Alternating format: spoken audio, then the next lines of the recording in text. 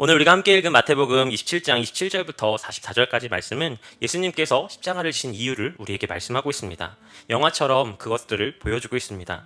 군인들은 예수님을 조롱합니다. 가시관을 씌우고 갈대를 들려주고 무릎을 꿇고 유대인의 왕이여 평안할지어다 이야기하며 예수님을 희롱하고 조롱합니다.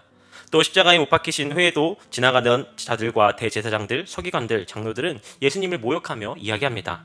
너가 정말 하나님의 아들이라면 십자가에서 내려와 봐라. 남은 구원하면서 자기는 구원할 수 없구나라고 이야기합니다. 이 얼마나 모진 조롱과 희롱인지 생각하게 됩니다. 인간의 눈으로 보면 패배자 같고 무능해 보이기도 합니다. 하지만 이 장면 속에서 우리를 향한 하나님 아버지의 마음을, 또 예수님께서 그 십자가를 지실 수밖에 없었던 이유를 깨닫게 됩니다. 예수님이 십자가를 지신 첫 번째 이유는 우리의 질고를 지고 우리의 슬픔을 대신 당하시기 위하여서 십자가를 지셨습니다. 예수님이라고 이 고통이 쉽지는 않으셨을 것입니다. 그래서 겟세마네 동산에서 할만하시거든 이 고통의 잔을 내게서 옮겨주시옵소서라고 기도하셨습니다.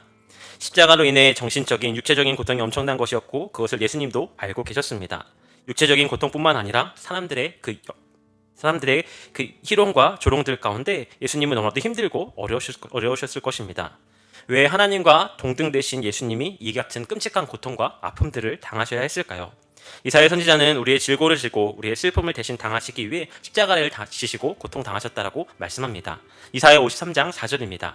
그는 실로 우리의 질고를 지고 우리의 슬픔을 당하였거늘 우리는 생각하기를 그는 징벌을 받아 하나님께 맞으며 고난을 당한다 하였노라.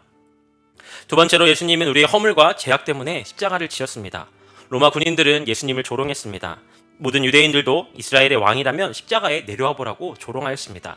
양옆에 있는 강도들마저 예수님을 조롱하며 욕했습니다. 예수님은 벌게벗겨진 상태로 십자가에 못 박혀 모든 사람들이 볼 수 있는 상태였습니다. 그 수치심이 얼마나 컸을지, 또 피투성인 상태로 제자들과 따르던 여인들 그리고 어머니 앞에 매달리셨습니다. 우리가 상상하기조차 힘든 조롱과 어려움들을 왜 예수님께서 당하셨나요? 우리의 허물과 죄악 때문이다라고 성경은 말씀합니다. 이사야 53장 5절입니다. 그가 찔림은 우리의 허물 때문이요 그가 상함은 우리의 죄악 때문이라. 그가 징계를 받음으로 우리가 평화를 누리고 그가 채찍에 맞음으로 우리가 나음을 받았도다. 우리가 십자가에서 못 박혀 수치와 조롱을 당하셨던 예수님의 모습을 보며 사실 그 예수님이 당하셨던 수치와 그 고통이 우리일 것이라는 사실을 우리는 반드시 기억해야 합니다. 우리의 허물과 죄악 때문에 예수님께서 그 십자가의 고통을 지셨다는 사실을 우리는 분명하게 기억해야 한다는 것입니다. 세 번째로 예수님께서 십자가를 지신 이유는 우리를 회복시키시기 위함이었습니다. 예수님께서는 우리의 질고를 지시고 슬픔을 대신 지심으로 고통을 당하셨습니다. 우리의 허물과 죄악 때문에 조롱을 당하셨습니다. 그리고 우리를 온전히 회복시키시기 위하여 십자가에 죽으셨습니다. 죄악 속에서 영원한 벌을 받아 멸망당해야 할 우리들을 살리시기 위해, 또 하나님과 다시 화목하게 하시기 위해 십자가를 지셨다는 것입니다. 로마서 5장 10절입니다. 곧 우리가 원수 되었을 때에 그의 아들의 죽으심으로 말미암아 하나님과 화목하게 되었은즉 화목하게 된 자로서는 더욱 그의 살아나심으로 말미암아 구원을 받은 것이니라. 영원한 하나님 나라에 들어갈 수 있는 구원의 은혜를 주시기 위해 예수님께서 우리를 대신하여 십자가를 지셨다는 것입니다. 예수님은 능히 하늘의 천군 천사를 부르셔서 자신을 구원하실 수 있었습니다. 그러나 그 길을 택하지 않으셨습니다.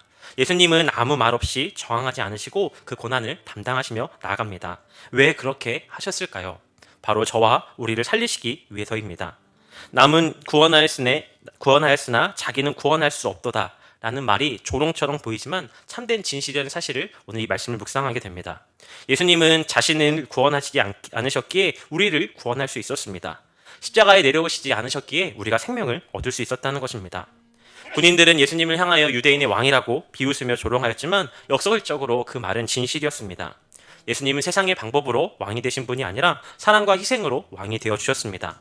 십자가에 내려오시지 않으므로 우리를 구원하시는 그 구원을 완성하셨다는 사실을 우리는 이 말씀을 묵상하며 분명하게 기억해야 합니다. 예수님은 이처럼 조롱받고 침뱉음을 당하며 또 창을 찔리시며 우리를 포기하지 않으시고 그 고난과 고통을 당하셨습니다. 오늘 이 새벽 우리는 이 말씀 가운데 우리의 모습을 돌아보기 원합니다. 우리는 때로 어렵다고 힘들다고 이해할 수 없다라고 예수님을 의심하고 원망할 때가 있습니다. 정말 살아계신가요? 왜 도와주시지 않나요? 그러나 예수님께서는 그런 우리에게 이렇게 말씀하실 것 같습니다. 내가 너를 위해 이미 십자가를 지지 않았느냐? 이미 예수님께서 그 십자가 가운데 우리를 향한 사랑을 확증하여 주셨습니다. 그러기에 우리는 십자가를 바라보고 그 위에 달리신 예수님을 바라볼 때 그 예수님의 십자가가 다름 아닌 나의 십자가라는 사실을 분명하게 기억해야 합니다. 끔찍한 모습으로 고통과 어려움 가운데 또 그 희롱과 조롱들 가운데 나를 회복하시기 위해서, 나를 구원하시기 위해 예수님께서 그 십자가를 지셨다는 사실을 우리는 분명하게 기억하고 묵상해야 합니다. 벌레 같은 나를 위해 십자가를 지신 주님께 감사하며 우리도 이제 우리의 십자가를 지고 주님의 십자가 가운데 동참하며 나아가야 한다는 것입니다. 예수님께서는 우리를 향한 그 사랑을 포기하지 않으셨습니다. 세상의 조롱 속에서도 변함없이 주님만 바라보며 나아가는 우리들이 되어야 할 것입니다. 주님 앞에 나와 우리의 삶을 다시금 맡기며 이 세상 가운데 그 주님의 사랑을 증거하고 나타내야 합니다. 오늘 32절에 보면 구레네 사람 시몬은 억지로 십자가를 지게 됩니다. 그는 원치 않았지만 십자가를 지게 됩니다. 하지만 그의 모습에 반해 예수님께서는 자원하여 그 십자가를 지고 계시다는 사실을 더 묵상하게 됩니다. 예수님께서는 그 조롱과 그 비난, 그 어려움들을 당하셨지만 그럼에도 불구하고 우리를 구원하시기 위해 우리의 질고와 우리의 죄를 또 우리를 대신하여 십자가를 지셨다는 사실을 우리는 분명하게 기억해야 합니다. 주님께서는 억지로가 아니라 사랑으로 자발적으로 고난의 길을, 십자가의 길을 걸으셨습니다. 우리도 주님을 사랑한다라고 고백한다면, 주님의 사랑을 깨달았다면 우리도 억지로가 아니라 기쁨으로 그 주님을 따라가야 하지 않을까요? 오늘 이 새벽 억지로 매는 십자가가 아니라 자원하여 십자가를 지기로 결단하며 나아갈 수 있는 저와 여러분들이 되시길 주님의 이름으로 축복합니다. 주님께서 우리가 당하는 고난과 고통, 그 어려움들을 다 아십니다. 하지만 주님께서는 그런 우리들을 사랑하셔서 우리를 구원하시기 위해 그 십자가를 짊어지고 나아가셨습니다. 억지로가 아니라 자원하여 그 십자가를 지었고 하나님의 사랑 가운데 우리를 향하여서 그 고난과 고통들을 감사하셨습니다.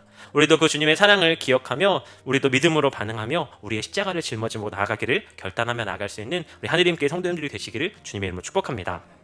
서두에 말씀드렸던 것처럼 그 자녀의 하나뿐인 아들을 희생하여 그 생명을 살려주신 하나님 아버지의 마음을 기억하며 또 우리를 위해 십자가 가운데 모진 고통과 아픔들을 당하신 주님을 기억하며 오늘도 우리의 삶의 자리 가운데 주님의 십자가를 지고 주님을 따르기로 결단하며 나아갈 수 있는 우리 하느님께 성도님들이 되시기를 주님의 이름으로 축복합니다.